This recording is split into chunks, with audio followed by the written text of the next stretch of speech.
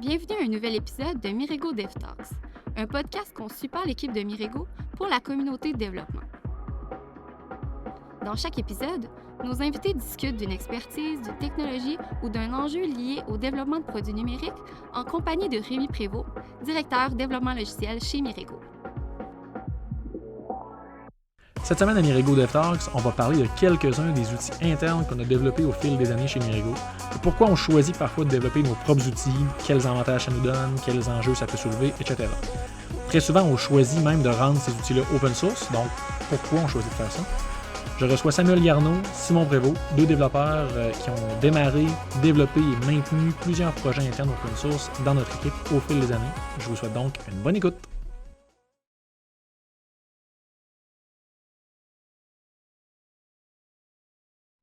Donc, aujourd'hui, on parle d'outils internes open source.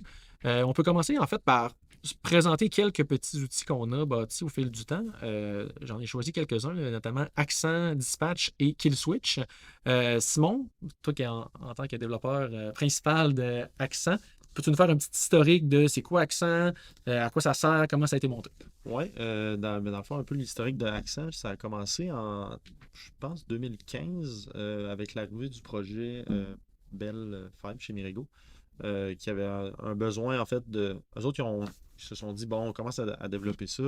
On va avoir beaucoup de strings à gérer, de traduction, puis on veut pas être bloqué par notre flow de développement chez Mirego, là, d'agile, de release, de présentation aux clients, puis de traduction en même temps. Ces deux flows-là, ils doivent pas, un ne doit pas ralentir l'autre. Fait que, en évaluant les outils qui étaient déjà disponibles à l'époque, ils se sont rendus compte que ça ne fitait pas nécessairement dans le flow qu'ils voulaient puis qu'ils s'imaginaient en fait. Fait qu'il y a comme une commande qui s'est faite comme à l'interne de dire ça serait cool si on avait un outil plus simple qui match avec ce qu'on veut, qui répondrait à nos besoins. Fait qu'il y a une petite équipe qui a été mise là-dessus, moi puis un autre développeur. On a commencé ça, fait une petite preuve de concept, ça fonctionnait pour le projet, good. On lance ça, puis il y a eu du temps qui a été alloué pour ça, puis on a développé ça. Puis ensuite, le tool a évolué au fil des années avec différents besoins. Puis tous les projets chez Mirego ont commencé à l'utiliser. Puis même présentement, c'est comme 95% des projets chez Mirego l'utilisent.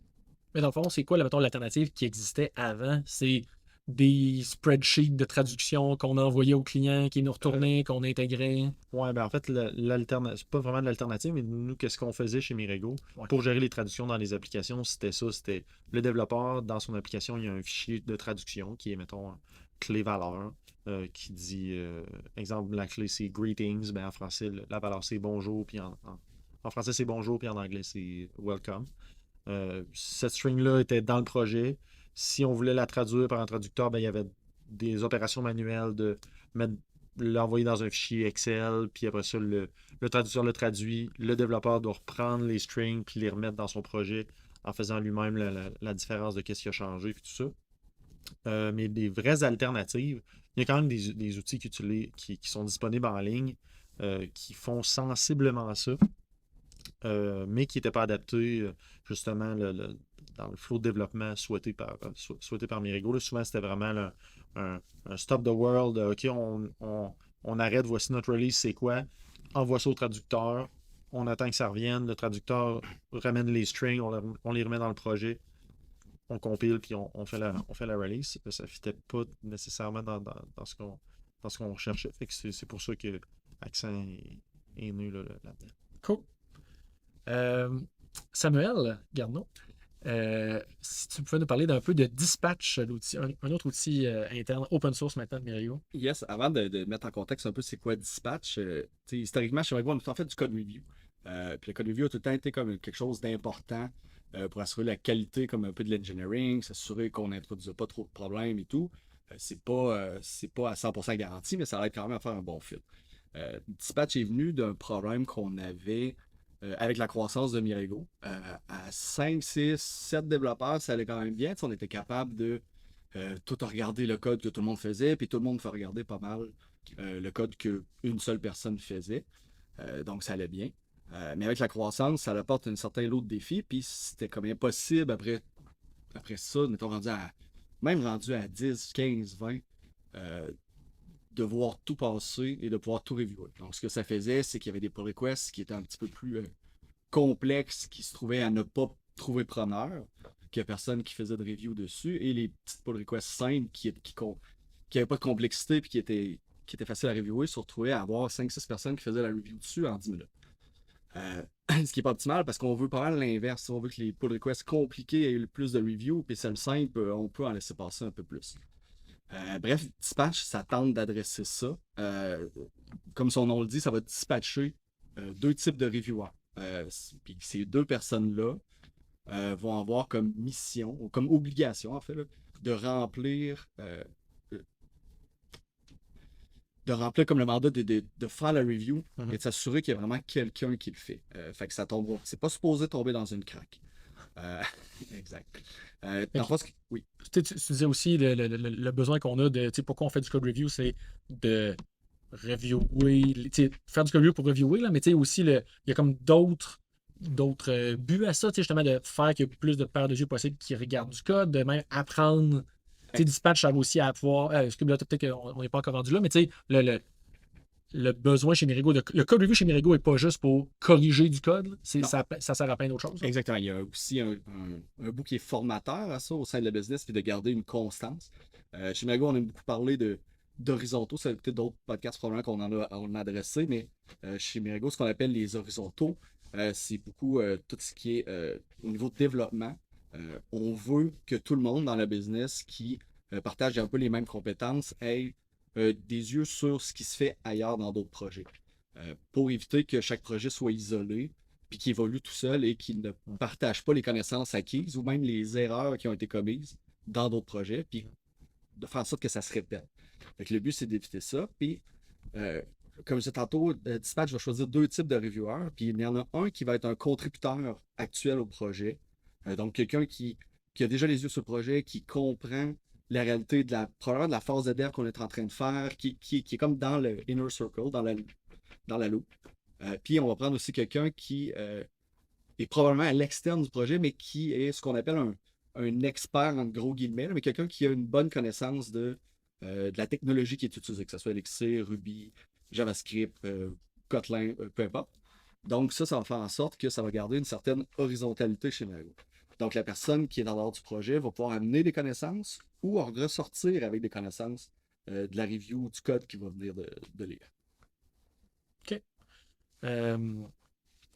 Je peux parler un peu de Kill Switch aussi, qui est un autre outil qu'on a. En fait, lui, il est un peu différent. Là. Les deux que vous avez, Accent et Dispatch, sont rapidement devenus open source. On pourra parler du concept de open source un peu plus tard. Là.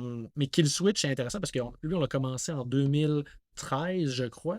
Kill Switch, c'est un outil qui sert à définir des comportements client-side pour des applications mobiles. Chez Mirigo, on a besoin beaucoup de... on va releaser une nouvelle version sur un App Store, sur un Google Play Store, mais avec du code qui ne sera pas backward compatible avec l'ancien back-end, l'ancien serveur sur lequel l'application va chercher ses données. Donc, on a parfois besoin de dire, on vient de releaser la version 3.0 sur le store. Toutes les versions qui sont en bas de 3.0 ne sont plus compatibles avec le back-end qui est présentement en ligne. Donc, si tu n'as pas encore mis ton application à jour sur le store, puis que tu roules l'application version 2.9, tu vas avoir, on veut te faire afficher un message en disant, non, la version 3.0 est maintenant disponible.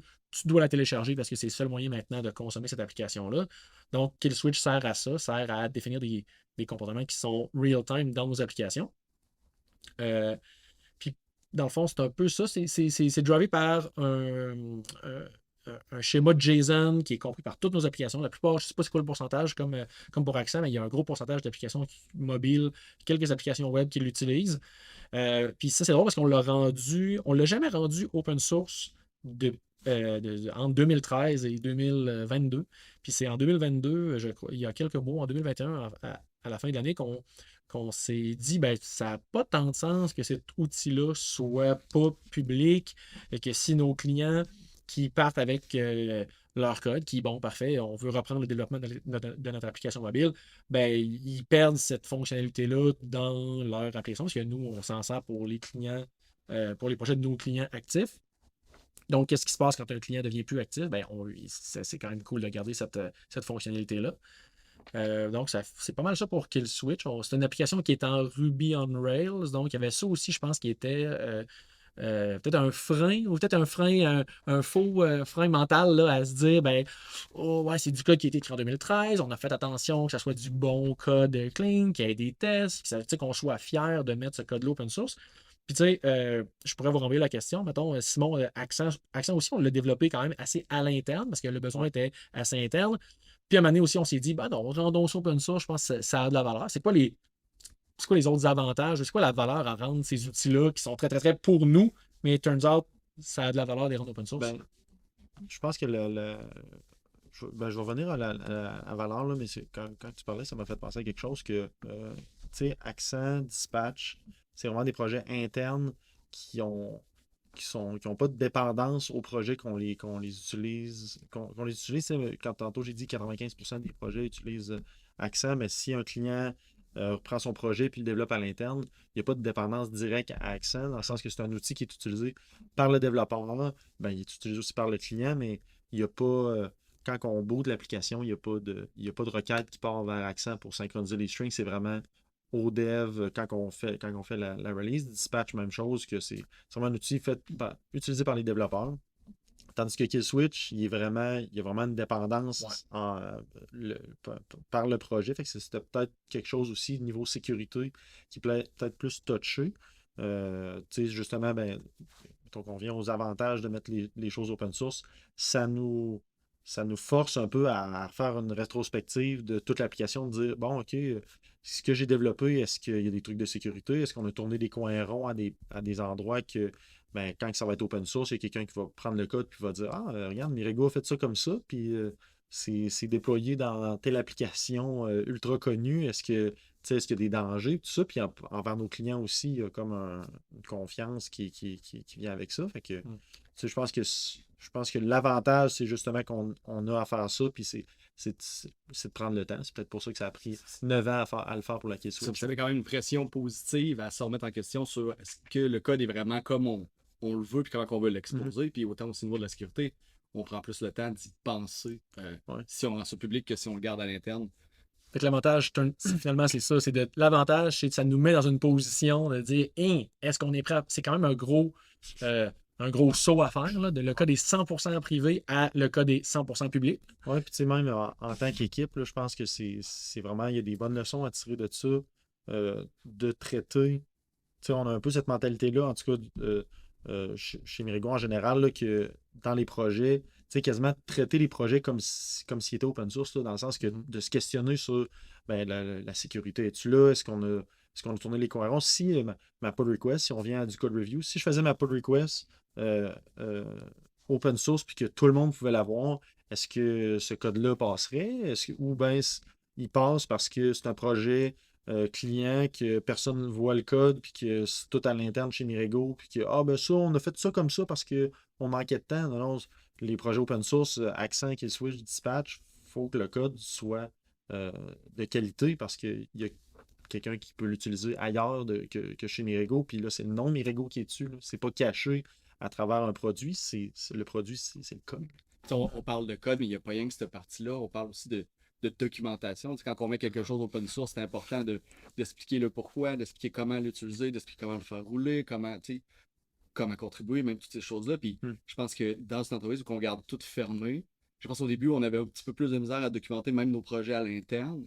Puis à force de mettre des projets open source, des libres open source, on a comme vraiment évolué en tant que business au niveau de la documentation qu'on produit même pour des projets clients. Je pense que c'est un aspect à ne pas négliger. Dans le fond, de ramener ces bonnes pratiques-là de l'open source qui sont quand même assez grandes. Justement, là, le côté onboarding, documentation, rentrer dans un codebase, puis qualité de code, qualité de ce qu'on met en ligne, on a ramené beaucoup de ces choses-là dans nos projets clients qui sont, eux, sont jamais open source, évidemment, mais on a quand même ramené ça.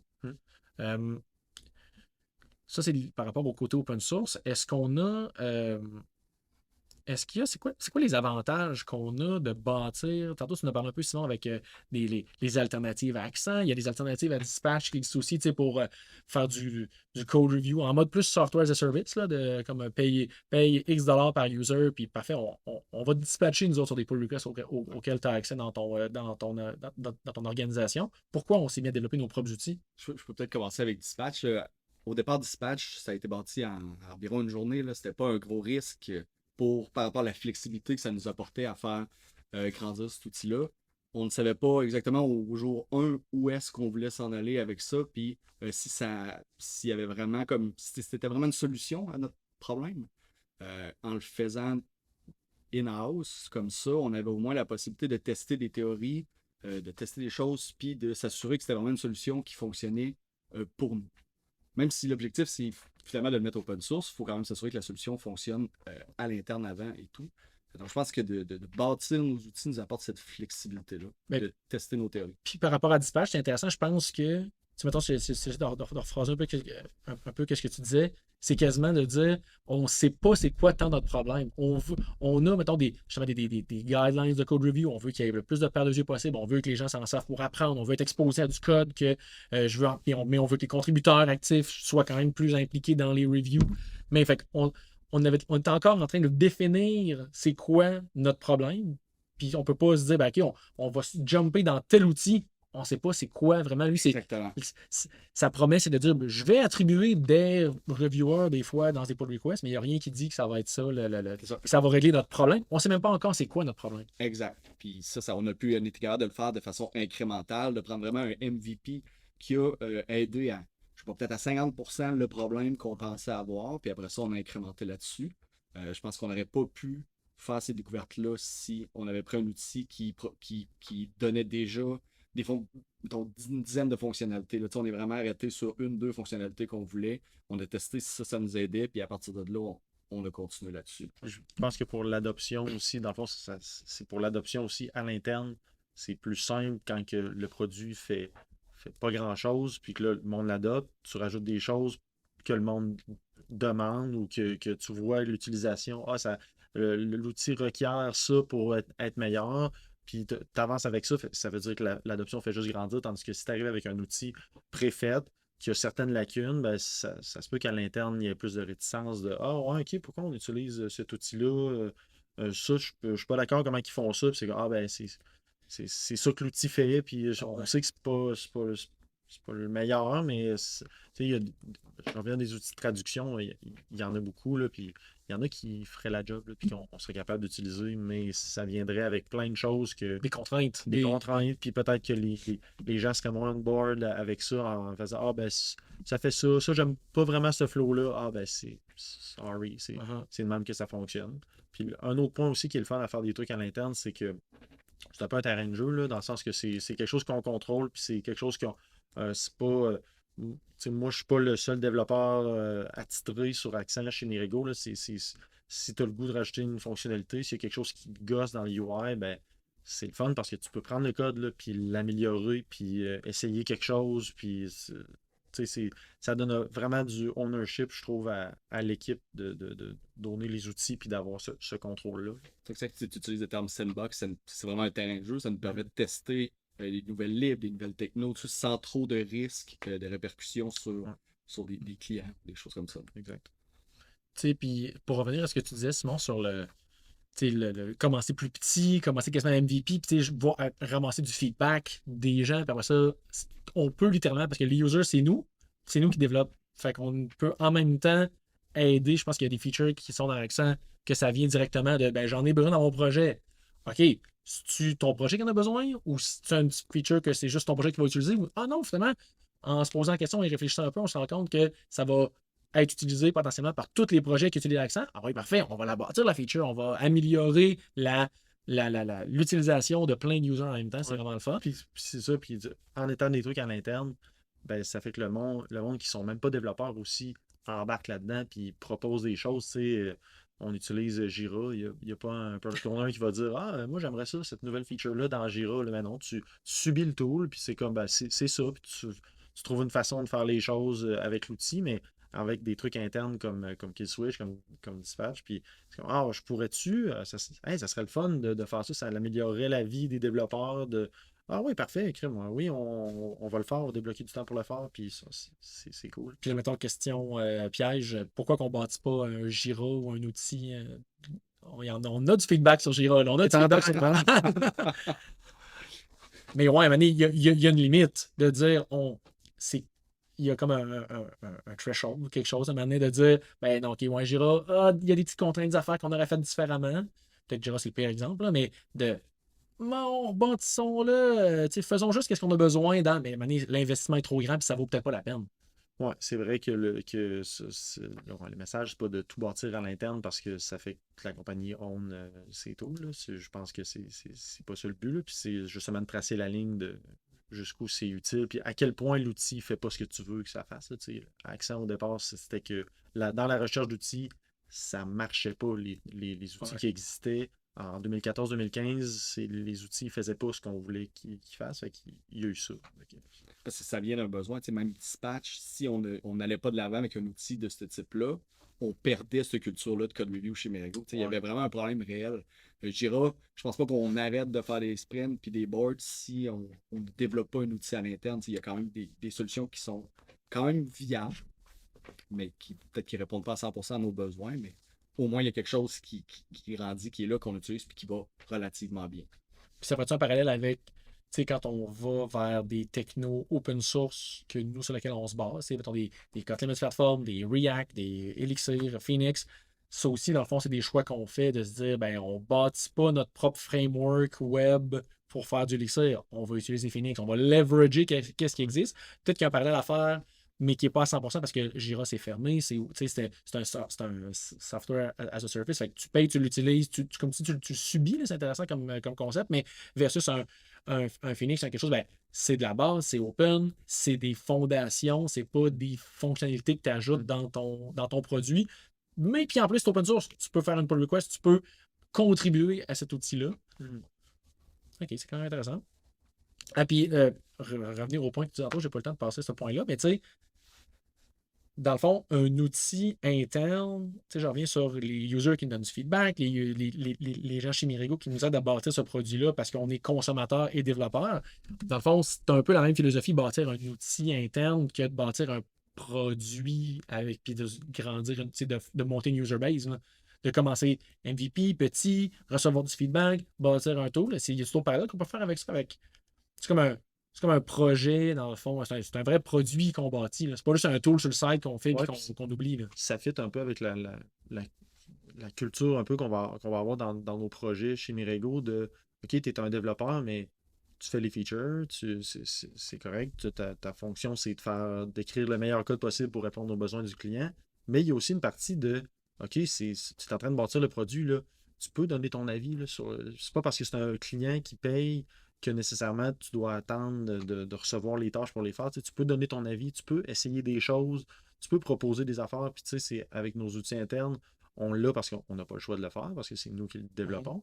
Mais en cultivant cette culture-là, ben, ça fait que quand tu arrives sur ton projet d'un gros client, ben, tu vas peut-être avoir des meilleurs réflexes de dire hey, ouais, moi, cette partie d'UI-là, je le ferai comme ça à la place de le faire comme ça.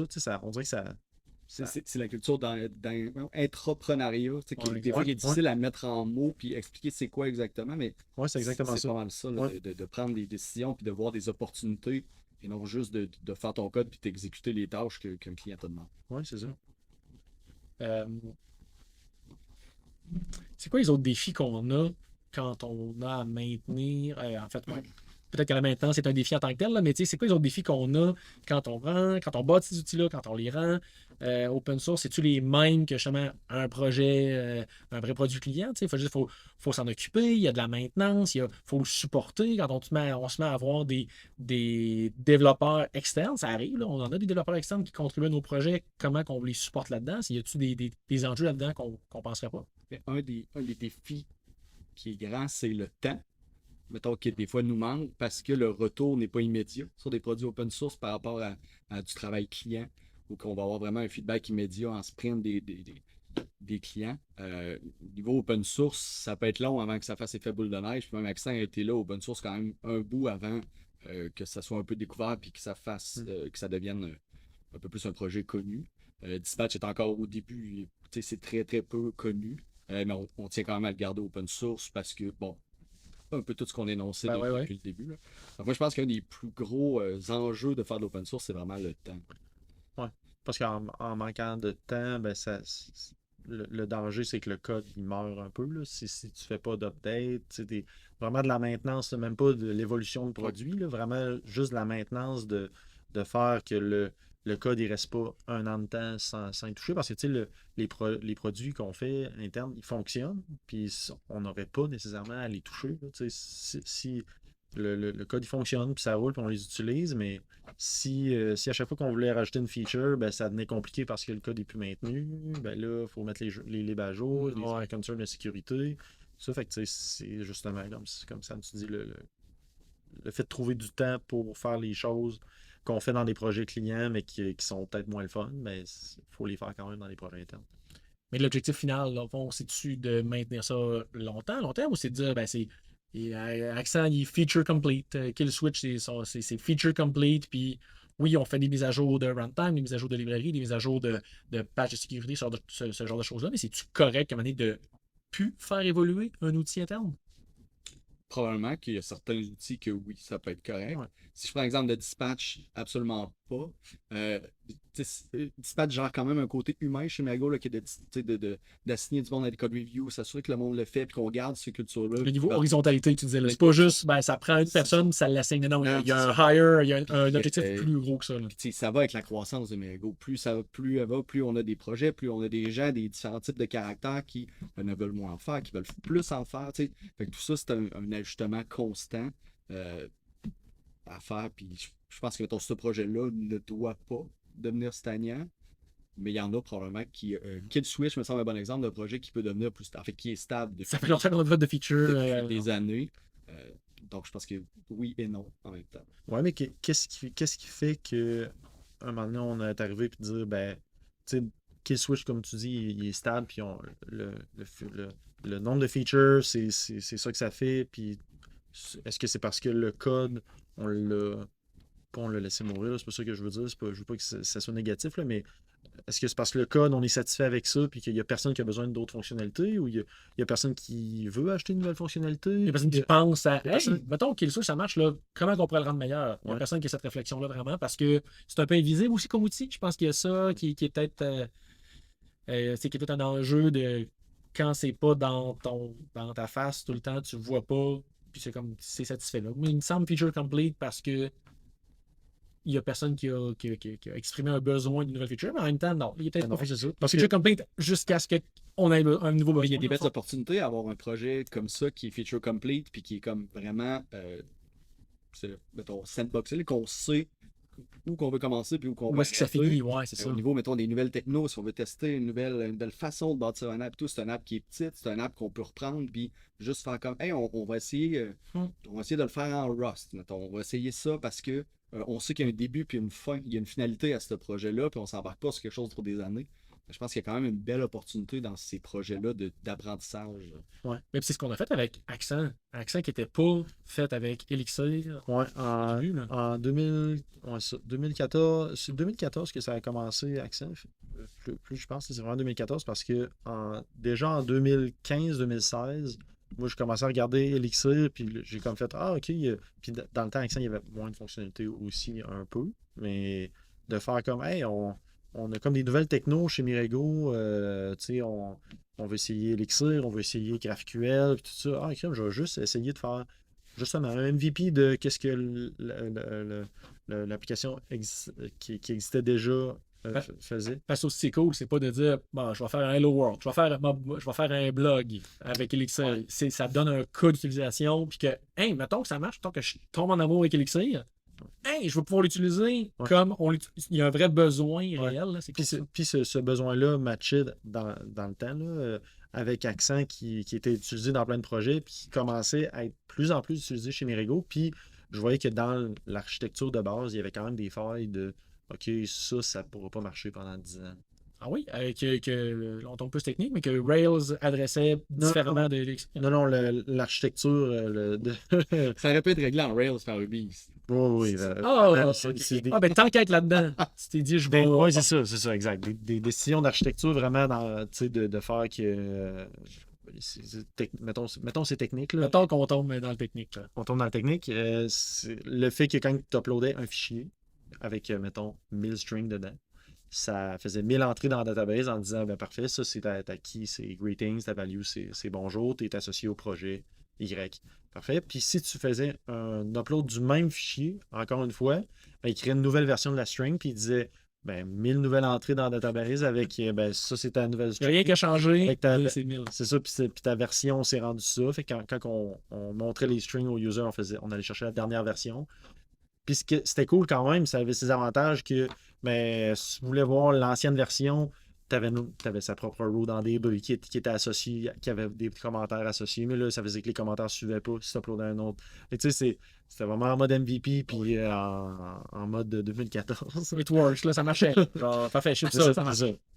Mais c'est pas à cause de Rails du tout, là, puis c'était vraiment ça, une des choses qui fonctionnait pas, c'était vraiment le schéma de DB en général qui était pas très bien fait. Fait que, en faisant, OK, voici ce que j'ai appris dans récents mois, années, ben, je vais les appliquer, puis ben, je vais essayer le nouveau framework qui me tente, puis le nouveau langage que j'explore, puis que je vais voir si c'est possible de faire de quoi de clean avec ça. Puis pas juste en mode, comme tu dis, un pour un, je vais juste porter mon code d'un à l'autre, m'en profiter, Non, c'est être là-dedans pour voir Puis c'est motivant, là, tu sais, je sais pas si vous avez déjà fait des rewrites d'applications, mais c'est le fun parce que là, tu es exposé à des rewrites d'applications que toi-même t'as faites. C'était comme, OK, je vois toutes les failles, je vais régler ça. C'est tellement plus clean de même. Puis là, tu t'emballes, puis tu fais, OK, je vais le faire, puis ça va fonctionner bien mieux qu'avant, puis ça va évoluer dans le temps. Je pensais que tu allais dire que c'est motivant pour le fait que tu sais que quand tu as fini, tu as déjà 30 users qui t'attendent. C'est pas genre, je suis en train de bâtir quelque chose, je suis en train de réécrire que cette ligne-là, là, je la réécris pas pour le fun, là, je la réécris parce que je sais que dans une semaine, quand je vais avoir fini, elle va être utilisée par du monde. C'est encore plus motivant de bâtir quelque chose que tu sais qu'il y a un code d'utilisation. Oui, c'est ça. De faire triper des users, de faire, hey non, regarde, là, tu utilises ça, c'est cool, là, tu penses que c'est cool. Mais c'est moi, te parler de mon schéma de DB, là. Check ça, comment j'ai modifié ça, comment ça y Puis, mais toi aussi, ça me semble que Dispatch, c'était en Rails au début. Oui, la première version, parce que ça date, j'ai pas l'année exacte comme Simon, mais ça date quand même d'une couple d'années, même peut-être pré-accent, ou je ne sais plus trop, là, où on avait fait cet MVP-là, puis qui avait vraiment réglé notre problème. Puis je pense que ça fait que c'est vous deux qui avez repris ça. Justement, c'était à peu près dans la même époque, là, en fait, où on essayait d'explorer Elixir, qu'on voulait voir comment que ça fonctionnait. Puis encore là, c'était tellement petit, en fait, c'était encore petit. C'était facile à rewriter. Que c'est vraiment facile, ça prend vraiment pas de temps, puis ça permet de se mettre en question aussi. Ouais. Fait que c'est le fun de pouvoir réécrire ces petites apps-là. Comme je disais, Killswitch est un bon exemple aussi. Éventuellement, on pourrait faire ça comme un petit projet hobby pour le remettre au goût du jour. Tout ça vient initialement de la question de est-ce qu'un projet est réellement fini? Il y en a quoi? Ouais. Puis des fois, c'est un avantage qu'un projet soit vraiment fini. Parce que quand tu le mettons que si on voulait réécrire Killswitch en autre langage, ben on sait exactement quand ça commence, on sait quand ça finit, on change le. Ouais, puis rajouter peut-être un petit goodie ou deux, mais si tu. Ah oui, c'est ça. Non, le schéma de début est parfait dans Killswitch, il n'y a rien à dire de ça. Si tu es arrivé, là, on a parlé, mettons, des défis dans le rendre open source. C'est quoi les opportunités que ça amène? On a parlé un peu de, que c'est s'exposer à, là, c'est notre code qui est montré, puis c'est notre code qui est vu par tout le monde. Mais on doit avoir des gens, on a des success stories de gens qui ont utilisé nos outils, puis qui s'en sont servis, puis comme merci Mirego, genre, je me sers de vos affaires. Ouais, peut-être pas des merci. Ah oui, quand même. Peut-être pas des merci. Oui, pour vrai, un bug report, c'était un merci, mais j'ai trouvé un bug. Non, mais pas pour brag, mais accent, une fois par mois, c'est un courriel à mon adresse personnelle, parce que c'est moi qui viens d'être contributor, j'imagine. Puis c'est comme, hey, on l'utilise, puis merci, c'est vraiment cool comme outil, puis avec une couple d'idées de features. Des petites demandes, mais oui, quand même. Puis, tu sais, même des opportunités. Oui, il y a du monde qui l'utilise, mais du monde qui lise le code, c'est quand même cool d'avoir des repos open source juste pour quelqu'un qui veut postuler chez Mirego, par exemple, qui dit ouais, ok, Mirego, ça a l'air bien le fun, des projets bien le fun, mais est-ce que tu sais, la culture d'engineering, puis le résultat, qu'est-ce qu'ils font, qu'est-ce qu'ils disent qu'ils font, est-ce qu'ils l'appliquent vraiment? Puis là, tu peux aller voir vraiment, non, ok, ils ont des projets open source, puis le code dedans, c'est du vrai code qu'ils utilisent, puis c'est des développeurs de chez Mirego qui l'ont fait, puis qui disent ça, c'est notre code, puis c'est cool. Ça apporte quand même, je pense, beaucoup de valeur là, au fait que quelqu'un peut avoir une vision de c'est quoi développer un produit chez Mirego en ayant pas juste des outils internes, pas juste des librairies de code, mais vraiment des produits Mirego. Un vrai produit, vraiment une fonctionnalité qu'on rajoute, qui est déployée quelque part. Là. Ouais. Mais oui, je pense qu'on a parlé dans un épisode de podcast sur l'open source, c'est quoi que ça pouvait amener. Puis oui, tu sais, c'est quelqu'un qui postule ou quelqu'un qui pense postuler chez Mirego, c'est quoi le code Mirego, comment Mirego travaille? Ben, il y a des dizaines d'exemples sur notre compte GitHub c'est ça. C'est pas, comme on dit là, c'est pas du meilleur code que le code qu'on fait pour nos clients. Au contraire, on amène ces bonnes pratiques-là dans nos projets qui sont privés. Puis ça aussi, ça l'amène le côté, je trouve, formateur de même quelqu'un qui rentre chez Mirego ou quelqu'un qui veut commencer à faire. Mon exemple d'accès, ça va être pour Elixir. Quelqu'un qui veut faire du Elixir chez Mirego, qui fait c'est quoi les projets Elixir? Puis je veux pas nécessairement avoir accès à l'app client qui a 1 million de features puis qui est développé depuis 1 an, qui a peut-être que ça représente pas nécessairement toute l'évolution de ce qu'on fait. Fait que d'aller voir des fonctionnalités qui existent dans un tool open source, c'est plus le fun pour quelqu'un que je pense qui rentre chez Mirego au niveau formateur. Je vous remercie, messieurs. On se reparle dans un prochain épisode de Mirego Dev Talks. Merci d'avoir été là pour cet épisode de Mirego Dev Talks. Vous pouvez en apprendre plus sur Mirego, notre expertise, nos projets et nos postes disponibles en visitant notre site web au mirego.com. On vous invite aussi à poursuivre la conversation sur Twitter avec le hashtag MiregoDevTalks. N'hésitez pas si vous avez des questions, des commentaires ou si vous voulez interagir avec l'équipe de Mirego. Continuez à nous suivre et à partager les épisodes sur votre plateforme de podcast préférée et au plaisir de se retrouver au prochain épisode.